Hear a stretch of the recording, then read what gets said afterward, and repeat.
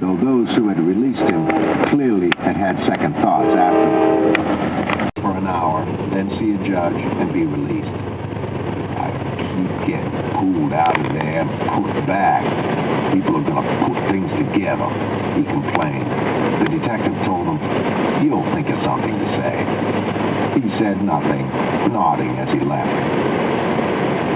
Later on, the detective told me that George had delivered the videotape as agreed. In fact, the hit was supposed to have taken place that night, but the killers were spooked by the DEA presence.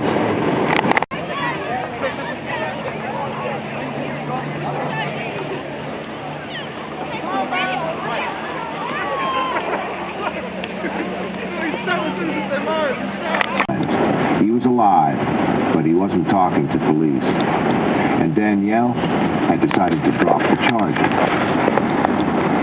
Every week or so, I'd run into George on the street, and we'd say hello. I liked him, as far as it went.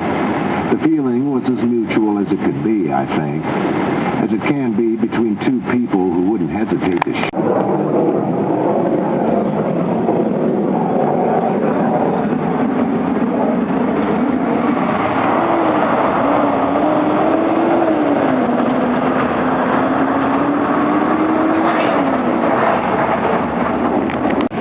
semi-retired hitman, pseudo-retired hitman. It didn't matter.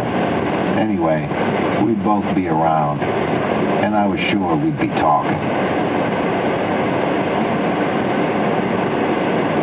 These chance encounters along familiar paths offered a glimpse of where the job might lead, to a higher stage where the stakes were urgent and the players elite as our gathered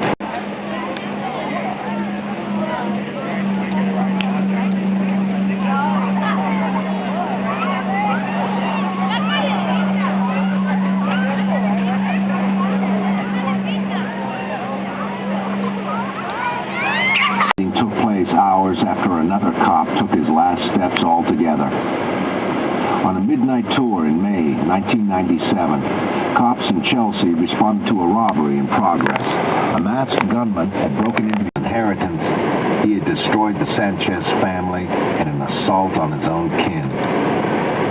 And so I wore a mourning band, a slip of black elastic that covers the emblem of the city on the shield.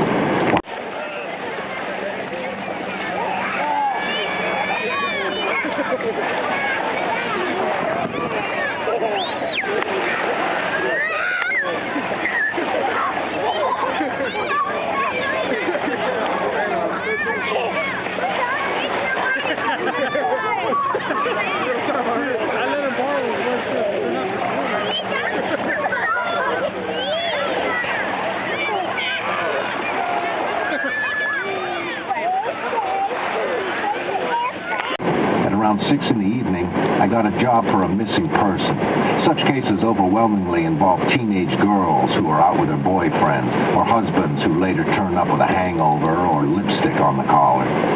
But unless I could prove something like that within an hour or so to make certain that this missing person wouldn't turn up in the East River, I'd have to make it an official case and go back to the base for at least 2 hours of paperwork and phone calls, making notifications to the precinct, the missing person squad, operations, transit, and Port Authority. When I arrived at the apartment, a painfully sincere woman told me that her 15-year-old son hadn't come home. Though I tried to point out that a teenager who isn't even late for dinner yet isn't necessarily a police emergency, she protested that her son was an angel who practiced